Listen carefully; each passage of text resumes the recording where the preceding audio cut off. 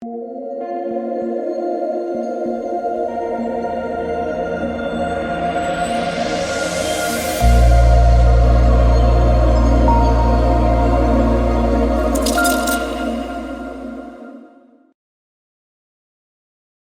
this could be the last NBA slate we're talking about. Game 5, potential closeout here for Denver. Once again, $250,000 to first on Draftkings. My name is DK. I cover content for Draftkings, NFL, NBA, XFL, esports. Also cover content for player prop sites like PrizePicks and No House Advantage. No House Advantage, they're the sponsor of the video. If you guys are not on No House Advantage, I would recommend getting on there. They're offering a ton of promos throughout the week and just a lot of fun. And they're constantly making improvements as well.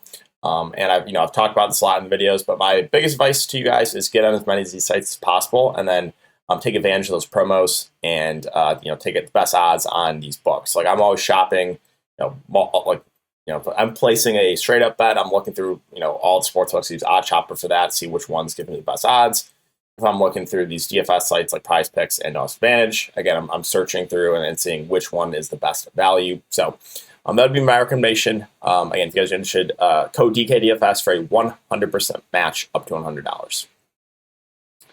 And then recapping my lineup from last slate. So did not get into the cash. Had Michael Porter Jr. captain, which obviously did not work out. So I played pretty contrarian, but I only played one entry in the big tournament. Did once again put a good chunk of money on Denver money line. And then put a little bit more on Denver money line while here I was in Vegas, which I'm heading back home tomorrow. But it was Denver money line has won me a lot of money this series. The only time I did not bet it was game 2 when I was very sick, thankfully. So recap of WNBA player props. We've been absolutely on fire on Patreon. We went 2-0 with a push. June 8th, June 9th, we went 5-1. And then today we went 4-1 with a push. So WNBA has been on fire. NBA player props for last game did not go well for me. I had Jokic over minutes, which he was going to go over, but then got in foul trouble. Not really the best call in my opinion, but it is what it is. So that's everything. That's a recap. And let's talk about the slate. So I'll start off with Miami, and Tyler Hero once again confirmed out. Now, is there a chance that he could get ruled in tomorrow? Sure. They said in the last couple games, even though he has not played. If you look at the rotation for Miami, Gabe Vincent really struggled, also dealt with some foul trouble. They ended up not closing with him. So their closing lineup was Jimmy, Bam, Martin, Lowry, and Duncan Robinson. And you saw massive minutes for both Jimmy and Bam. I expect similar run for those guys once again. I would not be surprised if both Jimmy and Bam play the entire game tomorrow. So you got 11.8K for Jimmy Butler. He's been honestly a little bit quiet this series. I think he'll keep his ownership relatively low. But I think he plays mid to high 40s minutes. I think Jimmy Butler's a pretty good play. Again, we haven't really seen the big game from him yet in the NBA Finals, but obviously we know it's there. We've seen it throughout the playoff run this year. Bam Adebayo, 9.8K. Maybe a little bit easier to get to for the price point. He's played pretty well, all things considered. 50, 40, 51, and 40 fantasy points through the first 4 games of the series. So Bam might be a little bit more optimal. But Jimmy Butler, I think the ceiling is just a little bit higher in him. Like Jimmy could completely smash. Like Jimmy has like 60 plus fantasy point upside, right? And then the rest of Miami is where it gets tough because they're going to go with a hot hand. I feel like with a lot of these role players, guys like Martin and Vincent and Lowry and Strus and Duncan Robinson. So a lot of the if I'm playing a Miami role player, it's going to kind of come down to ownership. But Caleb Martin's 5.8K. I think he's one of the safer options, just minutes-wise. Like, I think Martin probably plays at least 25-ish minutes. He's played 32, 33 minutes the last couple games. We haven't really seen, obviously, what he did late in that Boston series where he's completely taking over. But, I think Martin's relatively safe minutes-wise. Production's been not great so far in the finals, but we know it's at least there. Vincent, back-to-back bad games, back-to-back games where he's dealt with foul trouble. So he's one that, intrigues me tomorrow for tournaments because I think he'll be relatively low-owned. We've just seen this time and time out, right? Like Christian Brown was 55% last night. That was such a bad play just because he had 2 good games and the field just assumed it was going to continue to happen, right? We know that plays a massive effect in these in the showdown say here for the NBA Finals. Recency bias, way more than it does in the regular season. So Vincent intrigues me. 2 of 10, 1 of 6 shooting last couple games. Again, foul trouble. If he has a decent shooting game, we know Gabe Vincent's a guy that can go for 30 plus fantasy points. So I'll be intrigued to see what his ownership is. I think it'll be relatively low owned. I think Lowry probably is one of your safer bets for value. 33 minutes last couple games. With Vincent struggling, he's got extended. Now they can play both those guys together. We've seen Miami close games with both Vincent and Lowry. So they're definitely there's negative correlation, but there's still opportunities for those guys to play together. So Lowry, I think, is a solid play, but I think it'll be a bit overowned. So it'll be very interesting to me what the ownership gap is here with Vincent and Lowry, right? If this was just 1 week ago, Gabe Vincent would be massive chalk and no one would play Kyle Lowry.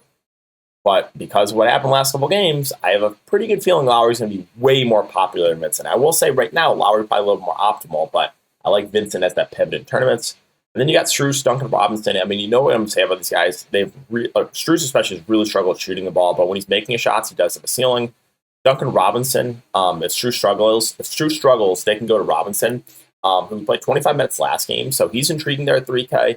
Another situation where I would not play both those guys together. And there's not a full guarantee to play the full 48 minutes. There's been a couple games so far, again, where they've closed with Lowry, Vincent, Martin, Jimmy, Bam. So those two, interesting tournament plays. I think Duncan will probably be a bit higher owned because he's a little bit cheaper, and he had the good game last game.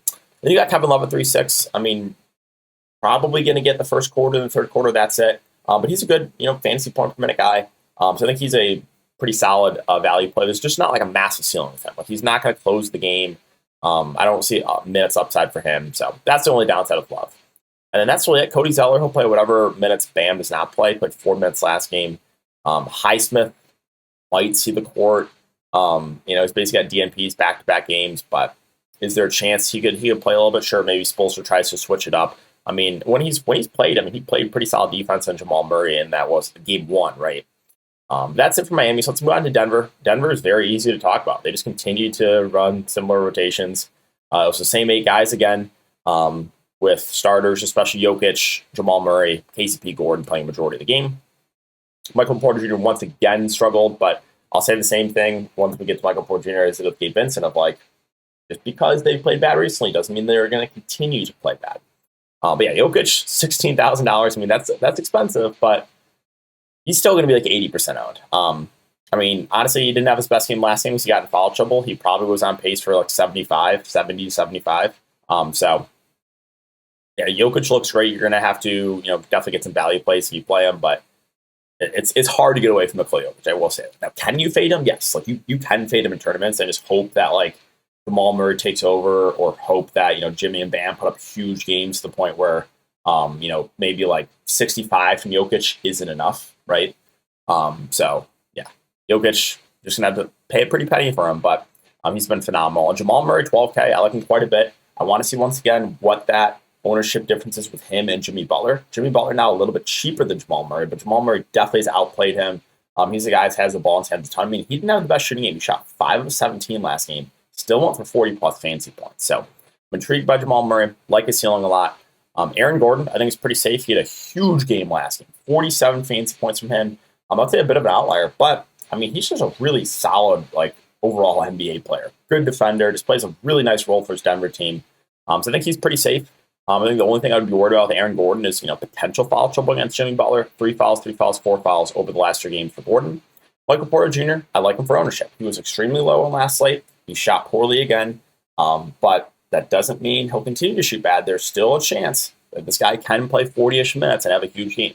I don't think it's super likely, but it's still in the range of outcomes, right? It's all about chance of success versus ownership, right? And range of outcomes, and that's basically DFS for you. So I think MPJ will be pretty low on once again, but still a guy that has a ceiling. Bruce Brown, 5.2K. He's played well this series. He also had a really good game, more for 30 plus fantasy points. I'd say a bit of an outlier, but if Michael Porter Jr. continues to struggle, this is a guy that's going to benefit, right? If MPJ struggles, you're going to see extended minutes most likely for Bruce Brown.